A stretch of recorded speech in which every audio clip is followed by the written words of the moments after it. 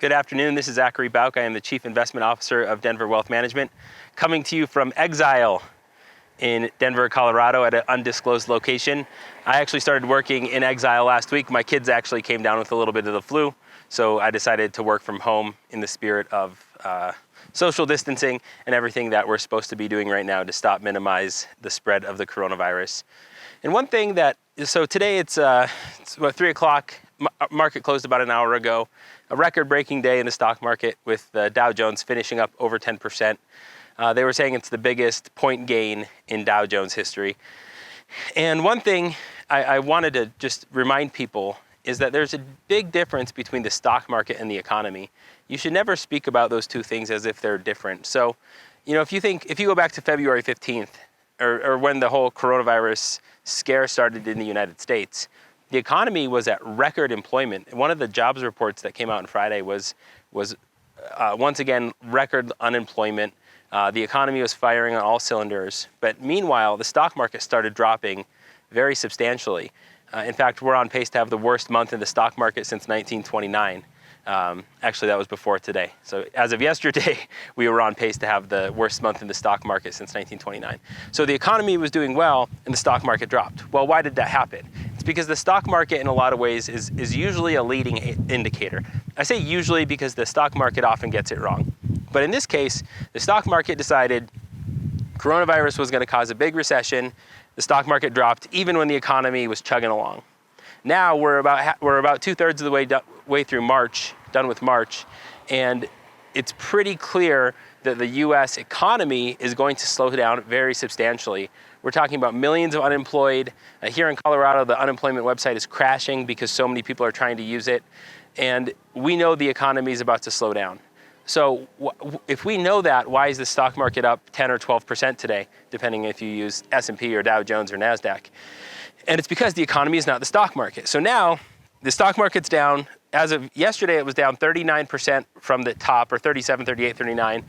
And now people are starting to think, just like us as investors, we're starting to think, is the market overpricing the cost of this recession?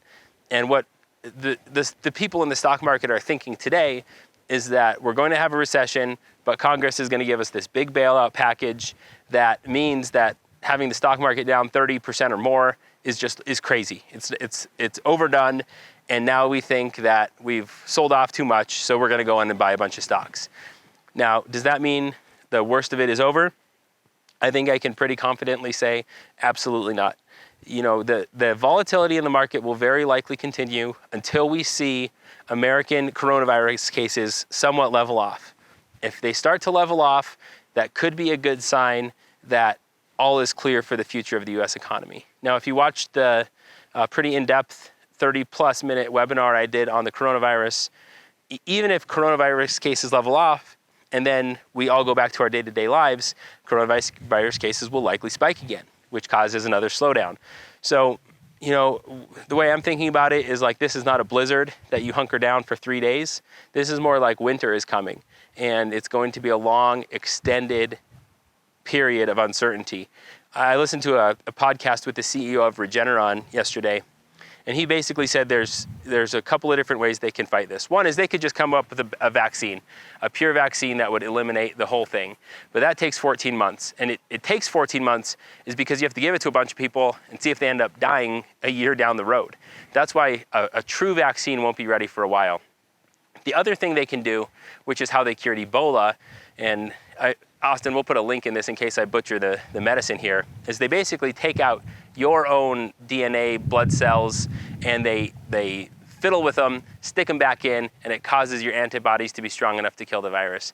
I guarantee that was a horrible explanation of how it works, but the idea is that they can kill the virus in people who already have it by using your own body's mechanism. And the third thing they can do is once you get the virus, potentially, is they can just inject you with something that will kill the virus, but if you got the virus 2 months again down the road, you would have to come back and get it, or get the it's not a vaccination, but the cure, the temporary cure. So there's a few things that could come out in the short term that could cause us to be positive about the coronavirus, but in absence of any proof of that happening, the idea we have is to stick to our game plan. We think there's 3 things you should own right now. The first thing that you should own is large companies that are going to flourish through this prolonged downturn in the US economy. The second is small companies that have the opportunity to grow aggressively in this time. So technology companies or service companies that are going to be able to take advantage of this recession. And third is cash. There's nothing wrong with not being 100% invested in the stock market all the way through this hard time.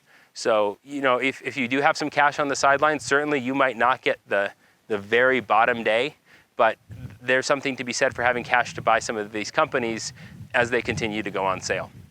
So I'm working from exile. That doesn't mean I don't have my email, my phone.